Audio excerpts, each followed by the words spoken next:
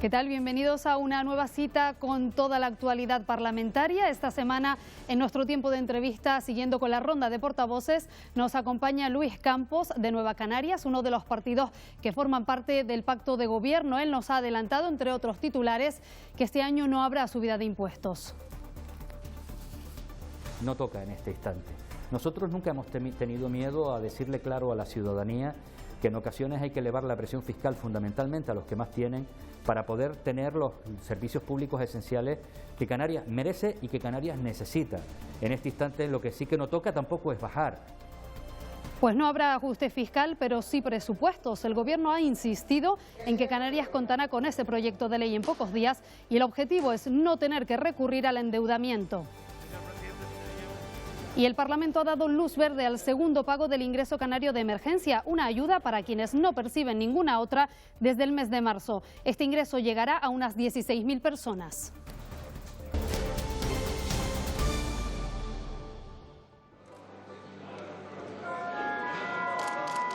Desde muy niño sentía esa sensibilidad especial para luchar, transformar, cambiar las cosas y conseguir un mundo mejor. Mi infancia muy ligada a esa Unión Deportiva Las Palmas de Primera y era una pasión durante toda la semana para que llegara el sábado, el domingo y escuchar en aquel momento a través de la radio los partidos de la Unión Deportiva Las Palmas. Soy un auténtico apasionado, ahora me toca verlo desde casa, no desde el estadio, he procurado no perderme nunca ningún partido. Sí, Lola es una Beagle que tenemos, es ese momento también muy personal en el que salimos los dos. Yo siempre digo que ella me saca a mí a pasear, forman parte finalmente de la familia y generas un vínculo con ellos absolutamente indestructible. Fundamentalmente recuerdo un momento cuando inicié mi actividad política en el ayuntamiento. Llevaba apenas un mes y medio y recuerdo que prácticamente no podía dormir. Un domingo fui a una fiesta de las de barrio y uno de los organizadores, ya en la parte de la verbena con la manguera de agua, me echó un balde de agua por encima. Bueno, fue la terapia más eficaz, más económica. A partir de ese momento toda la tensión se evaporó, se fue de mi cuerpo, pude empezar a dormir y dejé de pensar que ojalá que pasaran ya los 4 años cuando solo llevaba un mes y medio como consejero.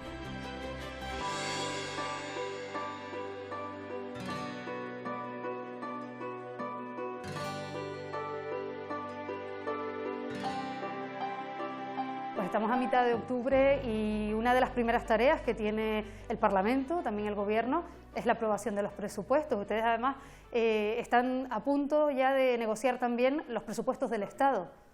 Efectivamente, estamos hablando sin duda alguna de la ley más importante que año a año se discute en este Parlamento. La ley que genera los recursos, las herramientas, el dinero para que las políticas puedan desarrollarse en educación, en sanidad, en vivienda, en políticas sociales, en reactivar la economía. Siempre fue importante, pero sin duda alguna este año más importante que nunca, os voy a decir por qué. En paralelo se están discutiendo también, se está terminando la elaboración del proyecto de ley de presupuestos generales del Estado, que son fundamentales también para Canarias. Ahí tendrán que ir incluidas muchas partidas que ya están consolidadas en nuestro REF. Hablo de plan de infraestructura educativa o plan de infraestructura en materia turística o el plan integral de empleo de Canarias o los recursos destinados a combatir la pobreza. ¿Confían en disponer, por tanto, de los recursos suficientes para poder sacar adelante esas cuentas y no solo la ley, sino en poder atender todas las necesidades que vienen derivadas de la pandemia, unas necesidades que son incluso superiores a las del año pasado o este año en curso? Efectivamente, partiendo de la base de que siempre hay un punto de insaciabilidad en cualquier presupuesto. Gobierne quien gobierne y esté en la oposición quien esté, siempre será insuficiente, siempre necesitaremos más y en un momento como este, pues evidentemente ni le cuento. Yo no sé si será suficiente, pero sí le digo que no van a ser unos presupuestos inferiores a los que teníamos el año pasado y todo eso perdiendo cerca de 1.000 millones de euros de recaudación. Un dato importante, le recuerdo que en la anterior crisis, cuando se perdieron 1.000 millones de euros de recaudación, lo que se hizo fue recortar los servicios en esos 1.000 millones de euros. Ahora, la diferencia está en que se han perdido esos 1.000 millones de euros, pero la voluntad clara de este Gobierno ha sido mantener los recursos tal y como estaban e incluso incrementarlos. Frente a 5.000 sanitarios menos en la crisis del 2008 solo en Canarias, en este momento en Canarias se han incorporado más de 7.000 nuevas personas a la administración pública, 4.000 sanitarios o 3.000 docentes. Un cambio de actitud importante que al final se ve reflejado en haber conquistado y haber logrado las cosas, las herramientas, los mecanismos que hacen posible y las transferencias que el presupuesto del 2021 no tenga recorte.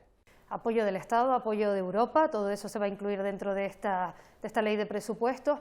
¿Creen ustedes que va a ser necesario un ajuste fiscal? ¿Habrá subida de impuestos? No, ya lo ha anunciado el presidente del gobierno, el vicepresidente del gobierno de Canarias, Román Rodríguez. No toca en este instante. Nosotros nunca hemos tenido miedo a decirle claro a la ciudadanía que en ocasiones hay que elevar la presión fiscal fundamentalmente a los que más tienen para poder tener los servicios públicos esenciales que Canarias merece y que Canarias necesita. Cuando hablamos y exigimos todo, se nos llena la boca a todos al final de que necesitamos mejorar nuestra educación, mejorar los recursos destinados a la dependencia, a los servicios sociales, o tener una sanidad mucho más potente, una atención primaria mucho más adecuada, reducir listas de espera. El dinero no surge del aire, viene precisamente de la recaudación que se hace a través de los impuestos. Por eso, frente al discurso de otros de bajar impuestos, nosotros siempre hemos mantenido un discurso de tener una presión fiscal lo suficientemente adecuada para poder tener estos servicios. Pero ahora no toca. Hubo un incremento fiscal, vuelvo y reitero, sobre todo aquellas rentas más elevadas en el presupuesto del 2020, el primer presupuesto con sello del Pacto de las Flores. En este instante lo que sí que no toca tampoco es bajar, salvo algún producto muy concreto, porque necesitamos los recursos para combatir, para frenar esta situación desde el punto de vista social y económica durísima que estamos viviendo, pero evidentemente de la misma forma decimos que para impulsar la economía, en una situación en la que las familias han visto mermados sus ingresos a través de los ERTEs y demás, pues evidentemente tampoco corresponde subirlo en esta ocasión.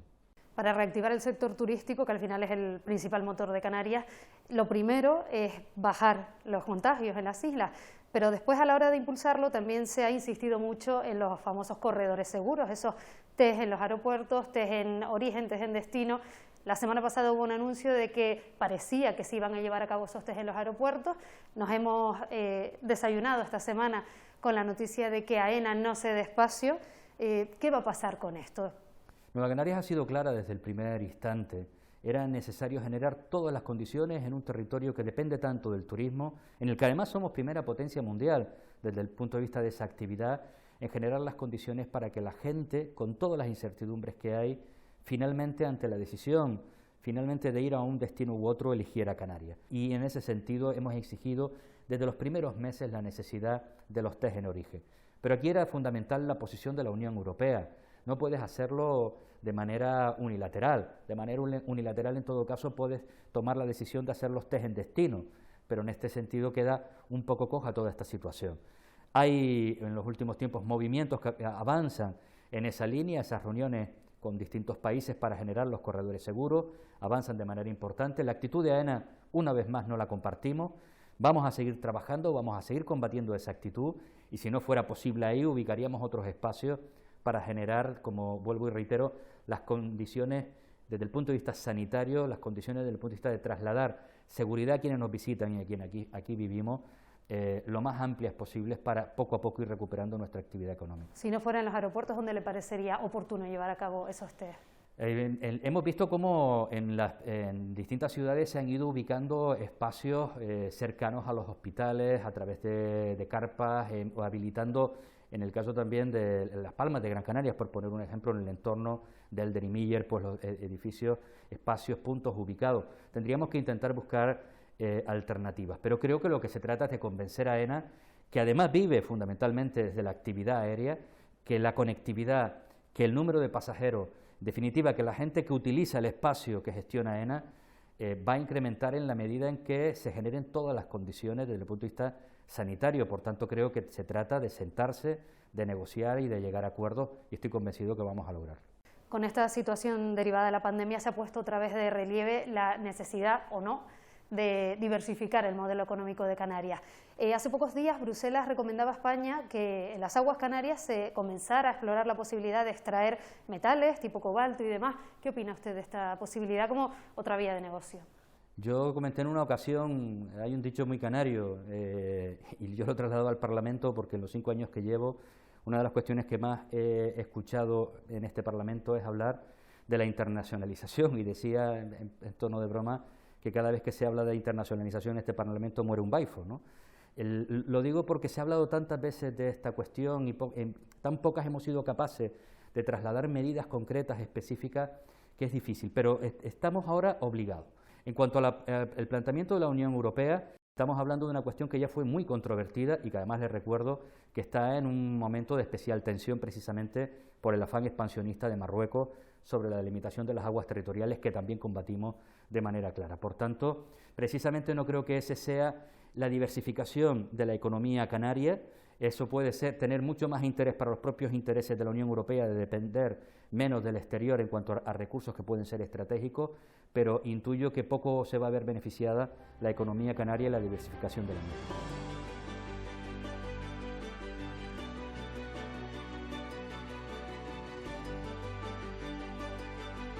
Pues hablábamos fuera de cámara de la pandemia. Canarias es una de las comunidades autónomas donde los contagios son más bajos, donde las cifras pues son mejores. Aun con todo, conviene no relajarse, conviene no bajar la guardia, seguir teniendo cuidado. Pero hemos visto imágenes en los últimos días de grupos de personas reuniéndose en lugares públicos, botellones, fiestas, etcétera. ¿Considera usted que las administraciones están siendo demasiado laxas? ¿O somos capaces de entender de una vez por todas que superar esta situación depende de todos y cada uno, sin excepción de nadie? El ser capaces de acatar la normativa que se ha planteado, aunque a veces podamos cuestionarla, nos parezca exagerada, no podamos discutir alguna de ellas, o realmente esto va a ser difícil. Ponemos todo el foco en las administraciones y hay que exigirle a las administraciones medidas contundentes, leyes cuando hay que dictarlas, decretos cuando hay que establecerlos, el cumplimiento de los mismos a través de los cuerpos y fuerzas de seguridad, las policías locales. Yo creo que juegan un papel esencial. Pero al final, ¿se han endurecido también las sanciones? Se ha endurecido de manera importante, pero reitero, creo que al final, en donde se deposita la confianza final, tiene que ser en cada uno de nosotros. De nada sirve que se pongan las sanciones más duras o que saquemos al ejército, como pasó en su momento, a la calle, si la gente de manera sistemática busca la fórmula o a través de cruzar aquella esquina para quitarme la mascarilla. Es un esfuerzo importante, pero es un esfuerzo que tenemos que intentar concentrar durante un tiempo para a partir de ahí recuperar nuestro día a día más normalizado, nuestros espacios más comunes de compartir con los demás, pero también para recuperar la economía. Mientras se lidia con todas esas cuestiones derivadas de la pandemia, existe otra situación aquí en las islas complicada, que además requiere del mayor consenso institucional, de que, digamos, todas las administraciones arrimen el hombro y trabajen para dar solución al fenómeno migratorio. Incremento en la llegada de pateras. La semana pasada fueron 1000 personas en un día, llegaron a venir a Canarias y además coincidía con la visita del ministro Escrivá. ¿Qué opina? ¿Estuvo a la altura esa visita? ¿Qué valoración hace al respecto? Nosotros fuimos claros hace un mes cuando dio un plantón claro a Canarias en un momento en que necesitábamos precisamente todo el esfuerzo del Ejecutivo estatal en la solución o en buscar salida a esta crisis migratoria, pero más esperpéntica ha sido su reciente visita. Ya no solo por los desplantes que algunas personas han planteado, sino porque no ha dado ni una sola respuesta concreta. Se trata de establecer no solamente medidas puntuales en este momento, que son imprescindibles, sino medidas mucho más estructurales. Lo que echamos en falta por parte del ministro, además de esas medidas concretas, es una política integral en materia migratoria.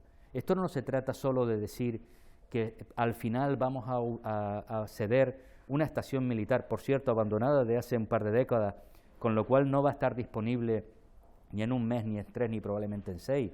Se trata de una política integral, con actuaciones muy potentes en origen, con un funcionamiento adecuado del CIBE que permita detectar a quienes llegan por la vía marítima y a través de eso salvar vidas.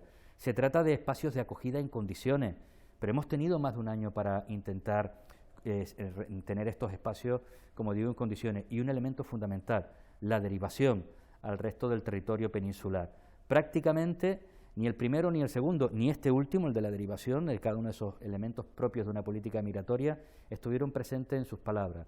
Y en cuanto a la acogida, pues un par de propuestas sobre la mesa y reconocer que no han estado a la altura. Yo creo que esperábamos mucho más, esperemos que con la visita de Margarita Robles en breve y de otros miembros del Gobierno podamos avanzar, pero sin duda creo que es necesaria una respuesta mucho más potente por parte de quien tiene la mayoría de las competencias, en este caso el Estado, aunque todas las administraciones tenemos que remar, todo el conjunto de la sociedad tenemos que apoyar, buscar a través de nuestra aportación una salida, porque no olvidemos que estamos fundamentalmente ante un drama humanitario. Veíamos también, coincidiendo con esa visita de Escrivá, situaciones en las que la sociedad de determinadas zonas o en determinados barrios, los vecinos y vecinas rechazaban esa presencia de migrantes. ¿Qué está fallando en ese sentido? No es la primera vez que lo vemos. ¿Qué está fallando? ¿Está fallando las administraciones a la hora de comunicar? ¿Estamos fallando los medios de comunicación? En primer lugar, evidentemente estamos fallando en cuestiones. Creo que falta muchísima pedagogía, mucha más información, más transparencia. Los datos que, por ejemplo, decía el propio ministro Escrivá en su reciente visita. Miles de estas personas han sido trasladadas a Península. Nos enteramos ese día. No ha habido un proceso de transparencia sobre esas derivaciones durante todos estos meses. Creo que la opacidad en todos los ámbitos de la política contribuye poco a precisamente que la gente tenga la información y a partir de ella ser capaz de situar la gravedad, la dimensión de cada uno de los temas que se aborde. En materia migratoria ni le cuento. Por tanto, hay una clara responsabilidad de las administraciones, hay una clara responsabilidad de los que nos dedicamos a la política, en ocasiones muy concentrados en buscar la responsabilidad en el otro, más que en la búsqueda de soluciones y en transmitir mensajes de serenidad también a la población, también de los medios de comunicación. Algunos juegan un papel muy determinante, incluso en la propagación de la fake news, de mentiras, de bulos concretos. Las redes sociales ni le cuento.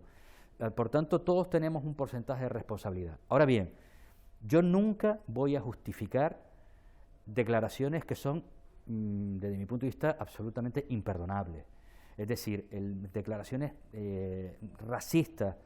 Por mucha desinformación que exista, creo que la humanidad no se debe perder nunca. Creo que ser capaces de comprender, tener empatía con el que peor lo pasa o el que incluso nada tiene, eso no se debe perder nunca. Al menos yo me crié en ese entorno y no tenía toda la información del mundo, pero hubiera sido incapaz, o mi madre o mis abuelos, de hacer ese tipo de expresiones. Por tanto, creo que una cosa, la exigencia y el asumir la responsabilidad por parte de las administraciones, por parte un poco de todos, de seguir trabajando y mejorando en ese sentido, bajo ningún concepto puede convertirse en una excusa, digamos, para minimizar o intentar comprender algunas declaraciones que bajo ningún concepto debemos tolerar. Muy bien, pues muchísimas gracias, señor Campos, por habernos dedicado este rato en el día de hoy. Muchas gracias a ustedes.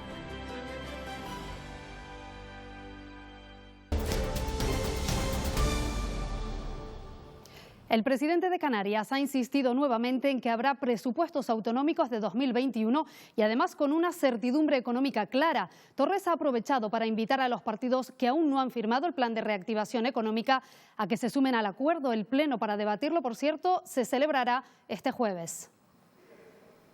Ángel Víctor Torres ha asegurado que el plan para reactivar Canarias cuenta con garantías y ha instado al resto de grupos a un acuerdo unánime y ha hablado de certeza económica para elaborar los presupuestos autonómicos. Los criterios que vaya a llevar, señor presidente del Gobierno, deben ser los más sólidos para que Canarias pueda tener la mejor posición. En empleo, dentro de la cohesión social, 263 millones de euros, 50 millones para el sector primario, 340 para vivienda y para turismo, infraestructuras turísticas, 140 millones y una reactivación específica de unos 300 millones también para turismo. Tenemos que seguir demandándole al Estado que se cumpla con el reglamento, con el REF y con el Estatuto de Autonomía. Los ERTE se tienen que mantener donde hay muchísimas incertidumbres, donde la economía no se reproduce, porque lo que se reproduce lamentablemente es el virus. Al Gobierno de Canarias y al Parlamento debiera alegrar que tendremos presupuesto para el año 21. Un sistema de financiación con entregas a cuentas que nos permite seguir manteniendo el gasto. Por tanto, primera pregunta, valoración del Gobierno, ¿qué hubiera sucedido en Canarias sin este apoyo? El uso de ese superávit que se nos ha permitido, las inyecciones que han venido de derechos sociales para los fondos COVID y podemos cerrar el presupuesto del 20 y preparar el del 21. El Gobierno confía en que todos los partidos se sumen al plan de reactivación para aprobarlo por unanimidad. ¿Qué repercusión tiene para el plan Reactiva el anuncio hecho por la ministra Montero en cuanto al techo de gasto y su afección en los presupuestos? Que sin el endeudamiento, sin las entregas a cuenta, sin los remanentes, sí que hubiésemos tenido dificultad para su desarrollo. Pero ya no las tenemos, por tanto, creo que no hay razones, y termino de manera constructiva, para que no se sumen todos los partidos políticos a este plan. El nacionalista Pablo Rodríguez denunció la no ejecución de la sentencia de los fondos de carreteras. ¿Qué ha hecho su Gobierno y usted mismo para que el Gobierno del Estado cumpla con las sentencias firmes en relación al convenio de carreteras. Estamos a espera de ejecución de sentencia. Se tienen que incluir los 500 millones de la obra no ejecutada. Y los otros 500 millones, obra ejecutada, que finalmente fueron a superávit, una vez no se logró un acuerdo con el Gobierno de España por parte del Gobierno anterior del Gobierno de Canarias, nosotros reclamamos que sea para Canarias. ¿Cuánto hemos recibido hasta ahora de los fondos COVID y a qué se ha destinado? 173 millones de euros, indirectos 107, total, solo sanidad 280 millones de euros. Duplicamos la tasa exigida por la Unión Europea o quintuplicamos la que nos exige el Reino Unido para salir de la lista negra. De las más seguras Canarias, sin ninguna duda, la más segura de todo el país.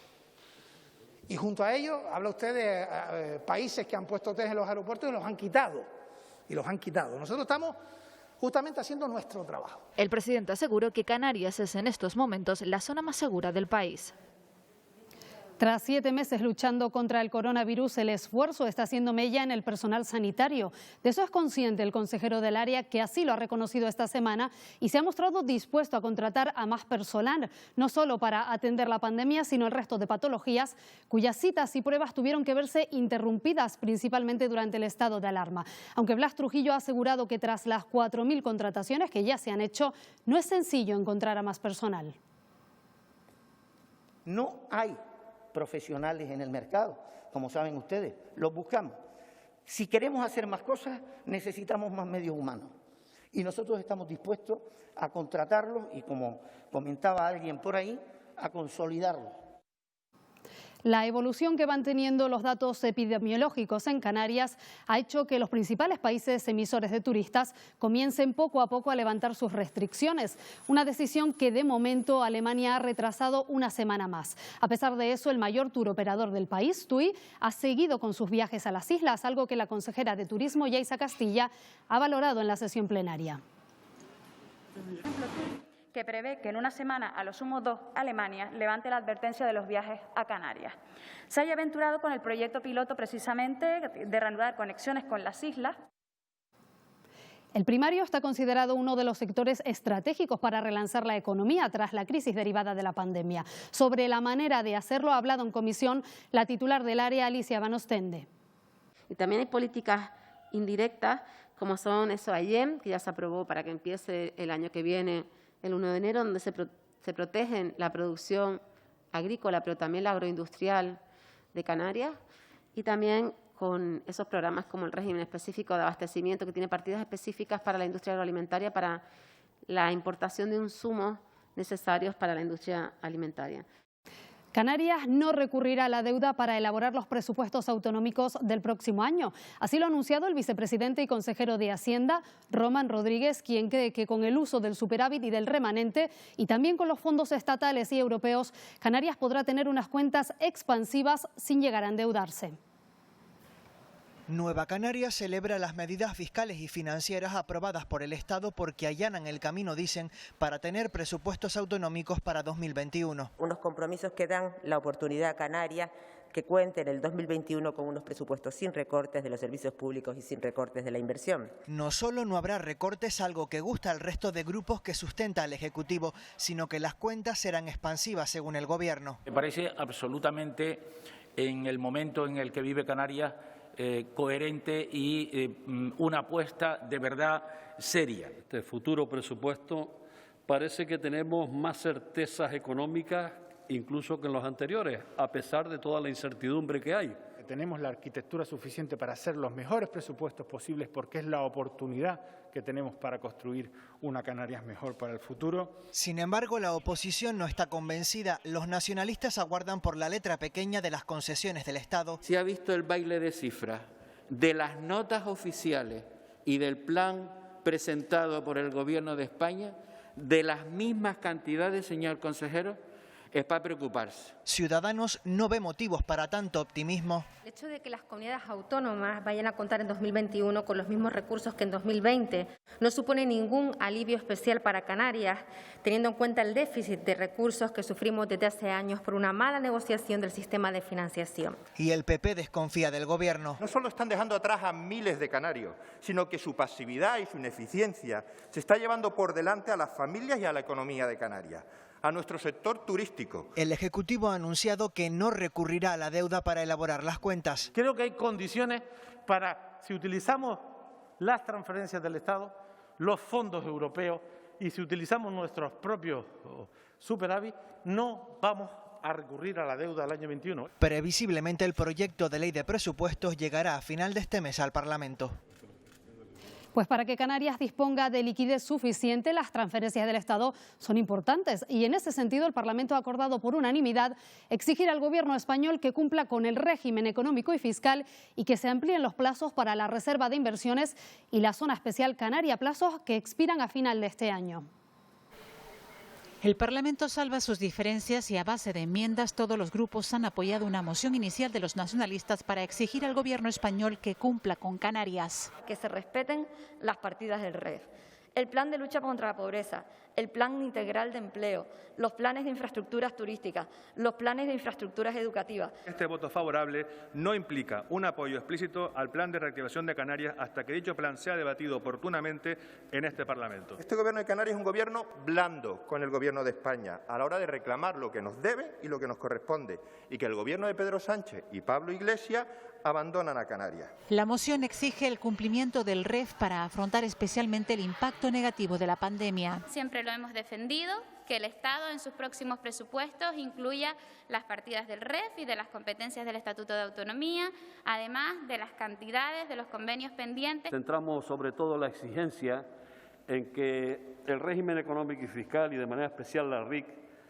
se emplee para desarrollar empleo decente. Pues no nos duele prenda cuando se trata de pelear, cuando se trata de reivindicar nuestras singularidades y nos avalan los logros conseguidos en las negociaciones de los presupuestos generales del Estado del año 17 y del año 18. Señores nacionalistas, ¿no están ustedes más preocupados que nosotros? Ustedes no reparten el carnet de canariedad ni hacen los castings para ver el porcentaje de canariedad que llevamos en las venas los que no somos nacionalistas. El Parlamento reclama también el pago de las transferencias, convenios y deudas pendientes como la sentencia de carreteras, además la adecuación de los aspectos fiscales del REF a la pandemia o la creación de un plan específico de turismo. A consecuencia del cero turístico y la retracción de la economía, se ha constatado un aumento en la cifra de personas que necesitan ayuda.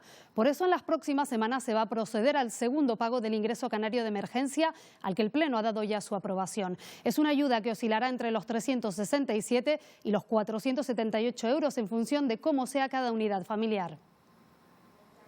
El Parlamento ha dado su visto bueno al proyecto de ley que establece un segundo pago del ingreso canario de emergencia. El requisito principal es carecer de ingresos desde el pasado mes de marzo. Aunque el consenso en torno a la iniciativa ha sido alto, la oposición ha reclamado la ampliación de la cobertura de la ayuda. Han recurrido ustedes a la vía rápida, que es dar un segundo pago a aquellos que ya recibieron el primer ingreso, dejando, como digo, sin cobertura a miles de familias. Era necesario adoptar nuevas medidas concretas dirigidas a paliar el impacto social en la ciudadanía canaria. Estamos ante momentos muy difíciles y que lo importante ahora es, no lo olvidemos nunca, el por qué y el para quiénes estamos aquí. Que hayamos sido capaces de duplicar la cuantía que en su momento se dio como un pago único, creo que es el resultado más notable de la capacidad de consenso y de diálogo. Hemos llegado a acuerdos en la mayoría del articulado de este proyecto de ley.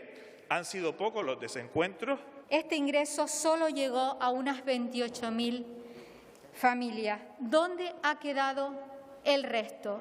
El resto ha quedado en la cuneta. Es una prestación puntual para hacer frente a la urgencia social que tiene el conjunto de la ciudadanía canaria. Este segundo pago del ingreso canario de emergencia mantendrá las mismas cuantías. Entendemos que lo volverán a recibir las mismas cantidades sobre el mes de noviembre, así que es una buena noticia para estas personas. El remanente de 16 millones destinado a esta medida se entregará a los ayuntamientos para la concesión de ayudas de emergencia. La consejera de Derechos Sociales, Noemí Santana, ha comparecido también en el Pleno a petición del Grupo Popular para hacer un repaso a la gestión de su departamento durante los primeros meses del año, marcados fundamentalmente por la pandemia. Balance del primer año de gestión de la consejera Noemí Santana al frente de los servicios sociales de la comunidad autónoma. Lo que sí verdaderamente me importa es lo que digan los datos y las estadísticas, que hablan por sí mismas y dicen que esta consejería está mejorando en todos los ámbitos, en el ámbito de la dependencia, en el ámbito de tratar y llegar a las personas más vulnerables. La oposición incidió sobre cuestiones como la gestión de la dependencia o las ayudas para los colectivos más vulnerables ante la pandemia. Y nos preocupa sobre todo su inacción, porque esa inacción agrava esa situación de pobreza. Somos la última comunidad autónoma en tramitación de la dependencia. Canarias es la tercera comunidad con mayor déficit de plazas en residencias. Porque la gente está desesperada y porque no sabe cómo solicitar las ayudas. Están llamando a los ayuntamientos y los ayuntamientos no dan avío, hacen lo que pueden, pero no hay personal. Los grupos que apoyan al gobierno compararon la gestión de la crisis económica de 2008 con la actual. Este Gobierno ha mantenido desde el inicio que no se van a producir recortes en los servicios esenciales. A pesar de todos los recortes que hemos sufrido anteriores, que hacen que tengamos tan poco personal y que ese personal esté haciendo lo imposible para sacar muchísimo trabajo. Desde el Partido Popular del Estado y las políticas también conservadoras de la comunidad autónoma, pues se han implementado políticas que han hecho que tengamos que afrontar esta crisis en unas condiciones de absoluta desventaja. El futuro pasa por recuperar, reactivar y resilienciar esta comunidad autónoma. ¿Y cómo se hace eso? Pues de una única manera en el ámbito social, que es desarrollando la Ley de Servicios Sociales. El Gobierno anunció que va a solicitar fondos europeos para completar el segundo plan de infraestructuras sanitarias de Canarias. Canarias contará con un archivo específico que permita conservar documentos importantes incluidos en el patrimonio de los expresidentes del Gobierno de Canarias, una propuesta que llega a la Cámara a petición de la familia del desaparecido Adán Martín y que ha sido acogida por todos los grupos. Es el aplauso con el que el Parlamento celebraba la futura creación de un archivo que va a contener documentos relevantes de la democracia en Canarias. Viene en parte a poner en valor la figura de nuestros expresidentes, de ellos y de sus equipos. Todos ellos, en cada uno de sus momentos que tuvieron que estar al frente de nuestra comunidad, dieron lo mejor que podían dar. Queríamos agradecer a su familia el gran gesto que es el entregar su archivo personal para la divulgación y el patrimonio histórico y político. Un patrimonio cultural protegido, ordenado y dispuesto a disposición del público para investigar y para entender mejor cómo hemos llegado aquí el pueblo canario, nos parece que es de un acierto tremendo. La familia del expresidente Adán Martín, presente en la sala, propuso la iniciativa en el 10º aniversario de su muerte. Que coincida con los 10 años de fallecimiento de don Adán supone un acto más, o esperemos que suponga más, un acto de homenaje a la figura de este presidente. Una serie de documentación que nos permitirá entender, conocer, valorar y estudiar mejor lo que es la historia contemporánea de Canarias. Siempre hemos insistido en que hay que lograr un estatus para los expresidentes. Hay que dignificar el trabajo que han hecho. La construcción de nuestras islas, tener la posibilidad de acceder a estos archivos, a su conservación, a la digitalización, es un ejercicio democrático. El objetivo es que ese patrimonio político que los expresidentes guardan en sus casas pueda ser conservado en condiciones óptimas para usos futuros.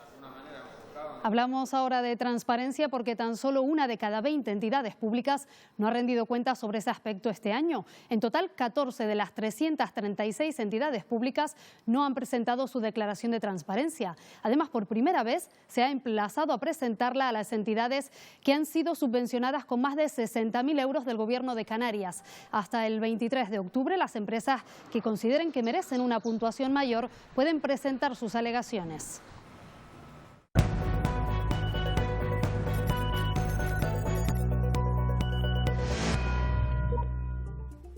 Las iniciativas populares son una herramienta que tienen los ciudadanos para hacer sus propuestas formales al Parlamento. Hay algunas materias que no pueden tramitarse por esta vía, como las que supongan una reforma del Estatuto de Autonomía, las que no sean competencia de la comunidad autónoma o también aquellas que tengan una naturaleza presupuestaria o tributaria, por ejemplo. Tampoco seguirán adelante aquellas que sean muy similares a otras presentadas en la misma legislatura o que versen sobre un asunto que ya está debatiéndose en el Parlamento. Una vez que el texto se ha registrado y ha sido admitido, la comisión promotora tiene 3 meses, aunque se pueden autorizar hasta 5, para reunir las firmas que sustenten la iniciativa. Como mínimo deberán apoyarla 15.000 personas o el 50% de los electores de una circunscripción electoral si el asunto afecta exclusivamente a una isla. Una vez comprobada la validez de todas las firmas, la iniciativa popular se debatirá como una proposición de ley.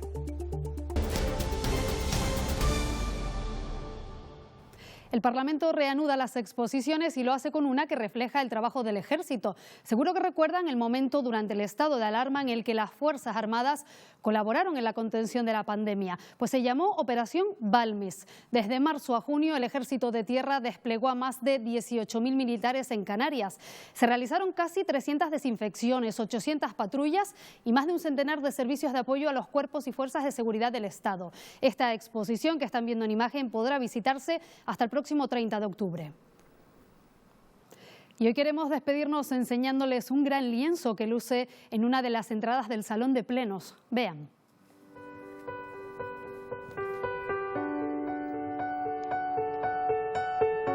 Colorida obra sin título que el recientemente fallecido Félix Juan Bordes pintó en el año 1984. Arquitecto y pintor gran canario, se formó en ciudades como Milán, Florencia o Tokio y participó en exposiciones en distintos puntos de la península y del norte de Europa.